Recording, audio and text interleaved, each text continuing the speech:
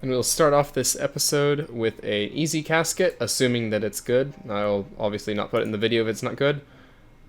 Well, that's pretty cool. That's worth almost 500k. Oh, time to drop trade. Another thing that I was planning on doing early in this episode was to acquire a mithril hatchet so that I can do the animal magnetism quest, because that'll be a nice quest to get out of the way. It'll really help me with range, and any quest will put me closer to bear's clubs, so can't really hurt to knock this quest out of the way. And one of the best ways of getting the hatchet would be to kill these little spirits. So I think that's going to be the best method. When I tried to get a rune axe here in my first hardcore, I probably got like 10 mithril hatchets and like 20 kills. So they appear to be really common. Hopefully I get it within a couple kills, so we'll see how long it takes. 3 kills in, already got the mithril axe. That's some solid RNG, I'll definitely take it.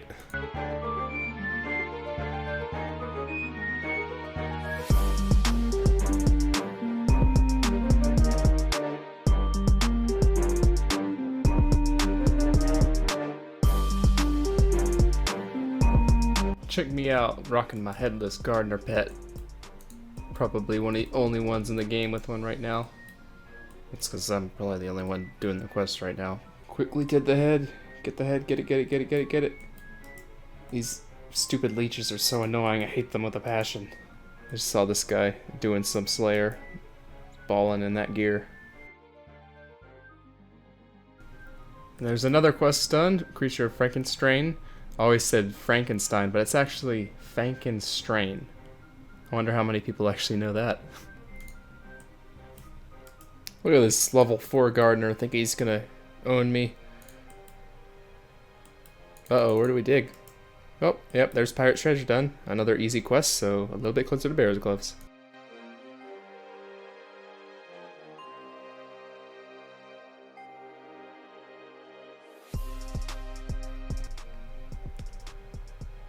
And there is Shield of Varroa quest done. Nice little shout out to my friend Axepand who helped me out during this quest. It was really convenient, so thanks man, appreciate it a lot.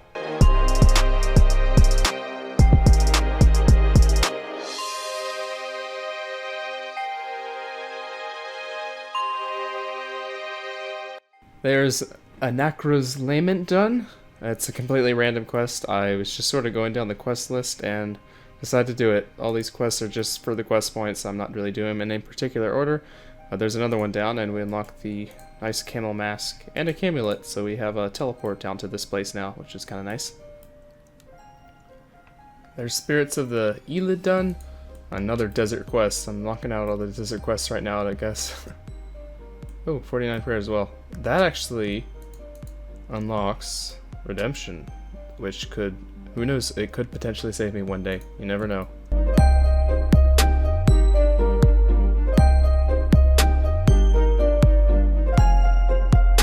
And there's another quest done, the Giant Dwarf quest. That I don't like running those errands. It's very tedious and that's not fun at all. But the quest is done, and that got us level 51 mining and 54 crafting, and you can make battle staves. So once I get 70 agility, then the battle staves will be really nice for making extra cash. It's about time I did this and got myself a special attack weapon. I'll get this lovely dragon dagger. Oh, it's all 60k, that's quite a lot. I mean, I have 700k from the agility pyramid, but still 600k, or 60k. But now we have a special attack weapon. Now there's a reason that I decided to buy the dragon dagger right now, and I will reveal that in just one moment. Yes indeed, I will be doing Nightmare Zone now. I figured it may be a good time. I'm kind of in the mood to do it right now. I've done like 5 quests a day at least. I've probably done more than that, but it seems like a good time to do it, and I would very much like to get my combat up, and then once I get the Slayer helm, it would be great to review it, because I really want to get going on training mage and range for Slayer, like doing like Turoths and Kurask with the range. It'll be so much better, and I'd very much like to have a Slayer helm doing that for the 15% bonus when doing Slayer. So I'm going to go ahead and do this before I do the Recipe for Disaster subquest, just because I don't want to have to deal with all those bosses, so I'll just do the customized dream, and which will cost me, I believe, 26k, but I think it'll be well worth it. I already took the liberty of getting all the boring parts out of the way. I accumulated myself what was it, 240k points basically. And the first game of Nightmare Zone is extremely awful. It's the worst because you don't have any potions or supplies, so you have to just use your prayer pots and lobsters and stuff. But I already got that out of the way, so now it should be the fun part where I can use the rock cake to get down to 1 HP and then use the absorption potions. So that's what I'll be doing for the next little while. Probably just AFKing it, see what stats I get. Currently I am 60, 63, and 56, so we'll see how much that changes after the course of the next day or so. These are the final moments in the Nightmare Zone minigame. If the Black Knight, Titan, and Vampire would just kill me already. There we go. Even dying in Nightmare Zone just goes against your instincts. It's always scary to see your HP at 0. And let's see the big reveal. I'll put a screenshot of my stats previously, but currently we have 63 attacks, so I believe I started at 60. We have 68 strength, started at about 62, and then 58 defense, started at about 55, as well as a few HP levels. And the combat level is 79. I believe we started at 75, so loads of XP coming in from the Nightmare Zone, and the point reveal should be well beyond 1.2 million. Oh, almost 1.5 million, so definitely enough to be the Slayer helm. As soon as we get the helm, we can instantly imbue it, and that'll be great, so I'm very happy to have gotten the points out of the way, because it's quite a grind, so very nice. Well, I'm sure this will be exciting. About to enter the catacombs for the first time. I'm going to go ahead and do my fire giant task. It might yield a fair amount of profit. Hopefully I'll get some alchables and some rune scimitars, and it'll really boost my Slayer because I went ahead and did Nightmare Zone and I'm 79 combat, which means I might be pretty efficient at killing these, and my Slayer level's only 33, so it might go up pretty fast, so we'll just wait and see. Hopefully I don't die in here. Just got to avoid the iron dragons. And we meet again, the dreaded fire giant. This is exactly where I died. I think I died right on maybe this square, somewhere around here.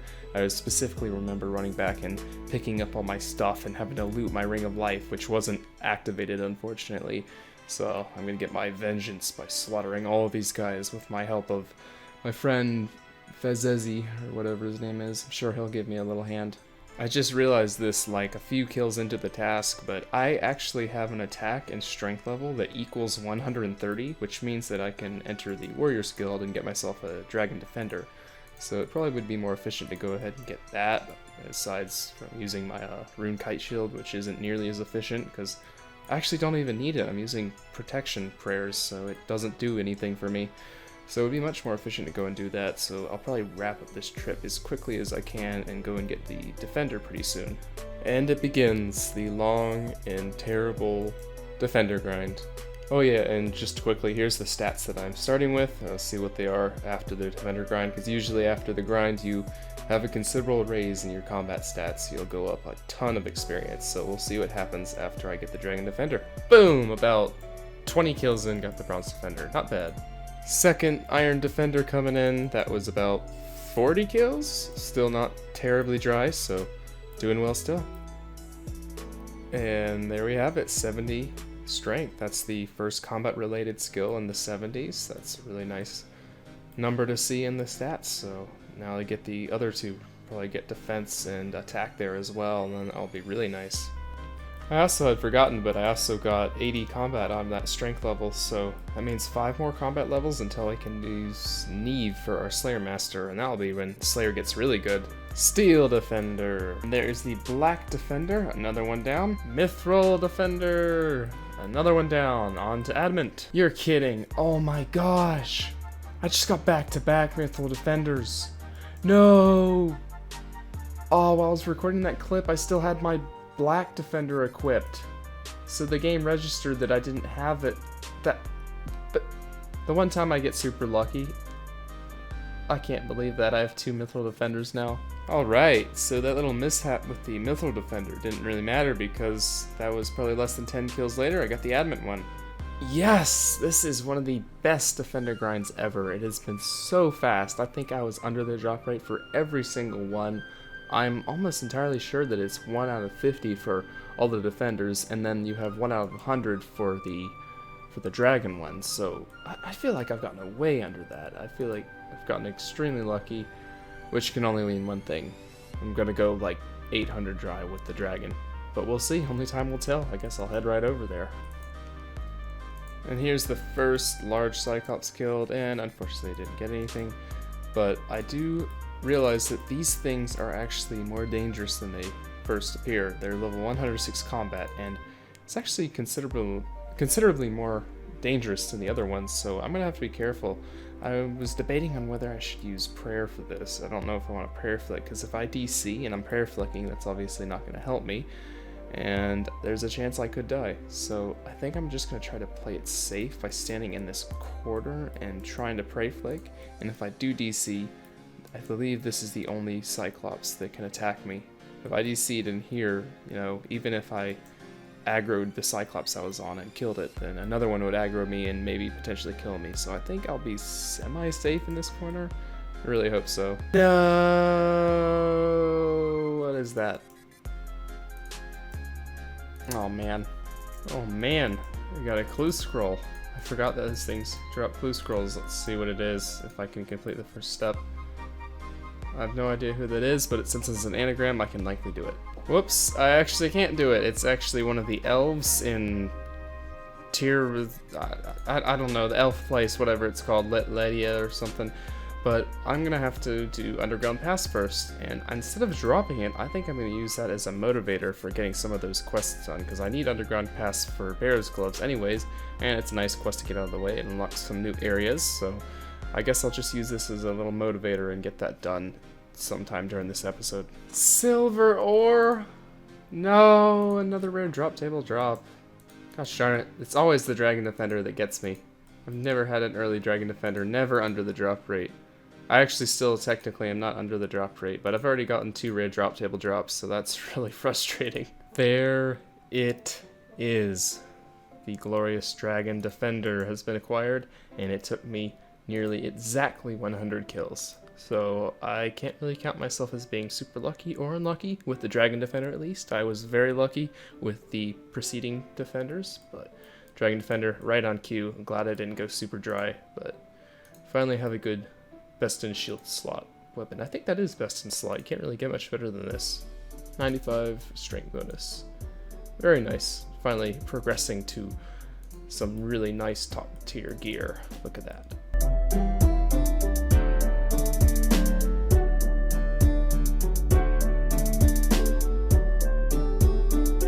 There's the Enlightened Journey quest done. I think after this I'm going to try and unlock a couple of routes, because I know they're required for a couple of the achievement diaries. I think I need at least the Varrock one, so I'm going to go ahead and do that as well. Alright, and there we have it. I've unlocked the Varrock and the Castle Wars transportations.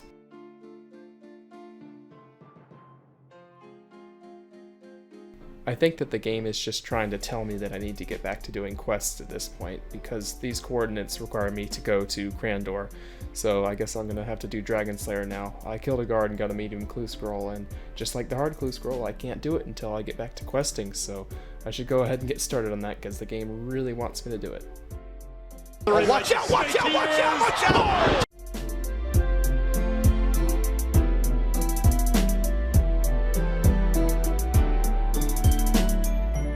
Alright, there's Underground Pass done. Didn't take too long. The more you do that quest, the easier it gets. I remember being terrified when I was younger, did the quest like, I don't know, 8 years ago. It was just terrifying, but no biggie today. Alright, so the next thing that I'm going to do is train a little bit of Hunter, and the reason I'm doing that is because I would like to do the Regicide quest, but in order to do the quest, or in order to start the quest, there's this random, I think, messenger that will appear behind you a few hours after you do the Underground Pass quest. So I'm basically just killing time, and I'm going to get a couple Hunter levels, maybe a few more since I'm already up here to make it worth my while.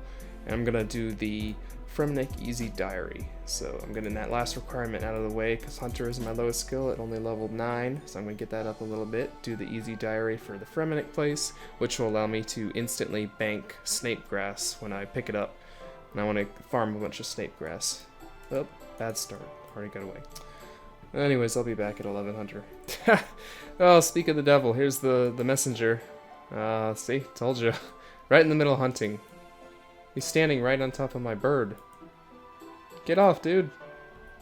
Where is he actually? Oh, he just disappeared. I was actually wondering where he was going to go because he was just wandering around. And there is the Fremenic Easy Diary done.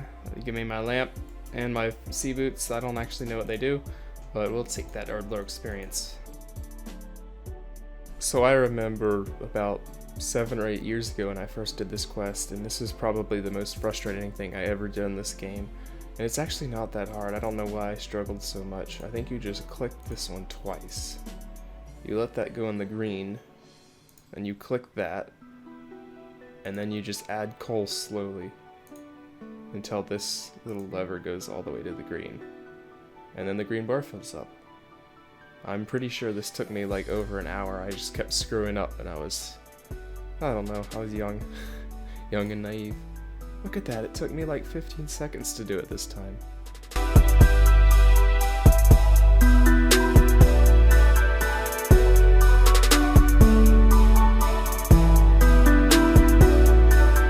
Well, I did the clue scroll. God damn it. And here we are to a semi-dangerous portion of the quest. I have to defeat this moss giant. I think I'm gonna try and flinch it. I have my recoils, but let's see if I can flinch it at all.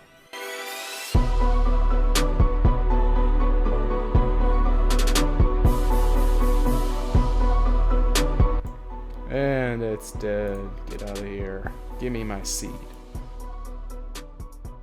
So here we are at the end of the Roving Elves quest, and I talked to the elf and they disappeared. They disappear every 5 minutes to change locations, and it just happened to change when I talked to them.